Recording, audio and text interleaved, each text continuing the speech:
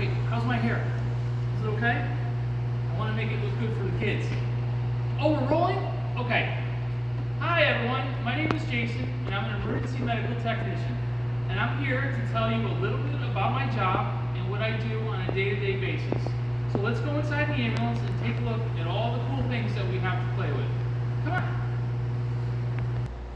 So the ambulance is kind of like an office for us. All our equipment is kept inside, and that's where we take care of the patients. So let's go inside and check it out. This is what we call the stretcher. This is one of the most important pieces of equipment we use every day on the job. The patient sits on the stretcher, and we can load it into the ambulance and bring it to the hospital in a safe way. I'm going to show you how we do that. Just a push of the button. It's as simple as that. Once we get our patients on the stretcher, we put all these seatbelts on them to keep them buckled in and safe for the ride. Now let's just say they're having trouble breathing. One of the pieces of equipment we use is called an oxygen mask or a non-rebreather. What we do is we hook it up to the oxygen bottle and we put this on their face and we help them to breathe by giving them oxygen through the mask. Sometimes our patients fall down and hit their head and they're bleeding a lot, so we have to put a bandage on them. Or they break their arm and we have to put it in a sling, and this keeps it from moving around. Once we take care of the patient, we want to make sure that their vitals are all good. So some of the things we check is their blood pressure and their pulse. And we use this to check their blood pressure. This goes around their arm and we pump it up tight and it measures their blood pressure. And then we check their pulse either on their neck or on their wrist.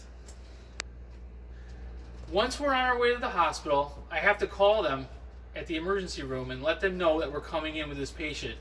I'm going to tell them what I did for them, what kind of treatments we did, and how old the patient is, and what their problem is. And I'm going to call on this radio, and that alerts them to our arrival. Once we get to the hospital, we need to get our patient into the emergency room. So we're going to take them out of the ambulance like this, and we're going to walk them while they're on the stretcher into the ER.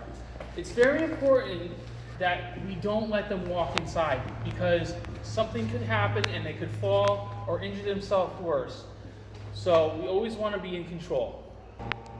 Now that we're at the ER, we go inside and we talk to the doctors and the nurses that are going to be involved with the patient's care. We have to tell them lots of different things about what we did for the patient.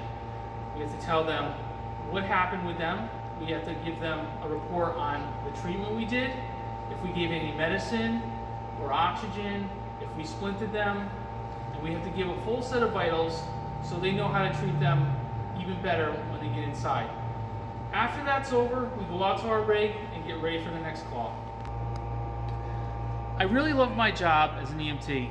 And some of the things that I like about it are driving around in really cool trucks with lights and sirens, using lots of neat equipment, but most importantly, I love helping people like you when you have an emergency.